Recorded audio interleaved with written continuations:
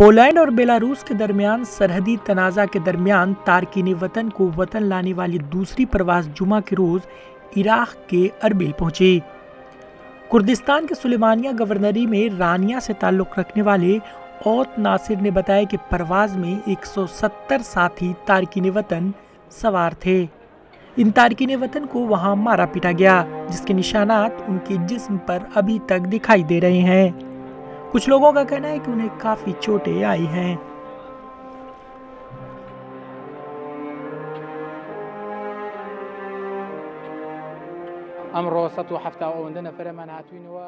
आज 170 से ज़्यादा लोग वापस आ चुके हैं और हम घर पहुंचने पर बहुत शुक्रगुजार हैं, क्योंकि यूरोप में इंसानियत और इंसाफ के मुतल्लिक जो बातें कही जाती हैं वो हकीकत से दूर और बिल्कुल दुरुस्त नहीं हैं।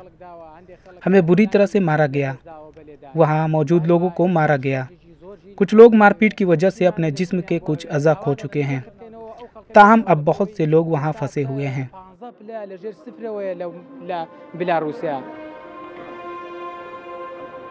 ये प्रवास मिन्स्क से रवाना हुई थी, जिसमें सवार अफराद ने यूरोपीय यूनियन में दाखिल होने में नाकामी के बाद इराक वापस लौटने पर रजामंदी जाहिर की थी। हालिया हफ्तों में हजारों तारकीन वतन को पोलैंड के साथ सरहद के बेलारूस की जानिब रखा गया था।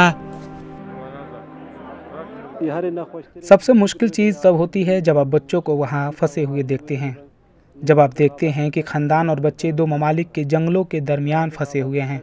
ये बहुत मुश्किल है। उन्हें मदद की ज़रूरत है। वो जंगल में रहते हैं और उन्हें फौरी मदद की ज़रूरत है। तारकीन वतन को बालाए आखिर सरहद के करीब एक आर्जी पनाहगाह में मुंतकिल कर दिया गया या उन्हें घर जाने का मौका फराहम किया गया है। पहली प्रवास से सैकड़ों तारकीन वतन गुज़िश्ता जुमरात को इराक वापस लौटे थे। Bureau report, ETV Bharat.